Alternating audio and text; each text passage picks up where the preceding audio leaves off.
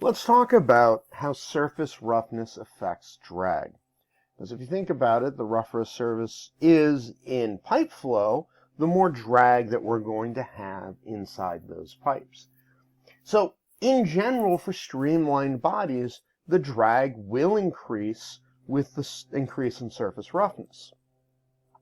For blunt bodies, surface roughness can actually decrease the drag. And if you want to think about it, there's something pretty common out there that you may or may not have used where you've seen this. And that is the golf ball. The golf ball is actually dimpled to reduce drag. And so what happens is the flow goes, still on my highlighter from the last lecture, as the flow goes over the sphere, remember it has some kind of separation here. And that separation here causes that big wake behind everything, but that wake reduces the amount of drag. Because remember, this is the boundary layer. This is where we have viscous fluid. This is where we have the friction. What the dimples do is cause you to rip off the boundary layer a lot quicker, and you have this bigger wake. And it reduces the amount of drag by about 50%. Thinking, wow, this is great. Why don't we have dimples on airplane wings to reduce the drag on that? Well, the problem is once you have that wake on the ball's moving like this instead of in a nice straight line, because nobody's riding along in the golf ball, and so it can jump around, and it's not really a problem.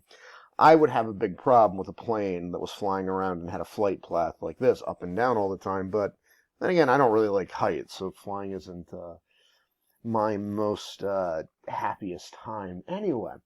But if we take a look in the book, we can see that, you see this black line here that is a perfectly smooth sphere.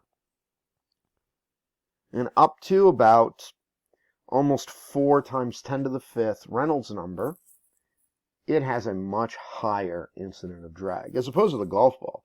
Look at the golf ball here, it drops down way low as it's coming across.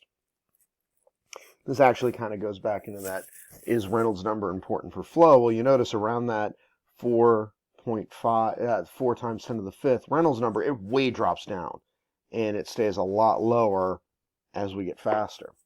And so, but since we're not hitting a golf ball that fast, we're down more in this area of it, the golf ball has a much lower set of has a much lower coefficient of friction.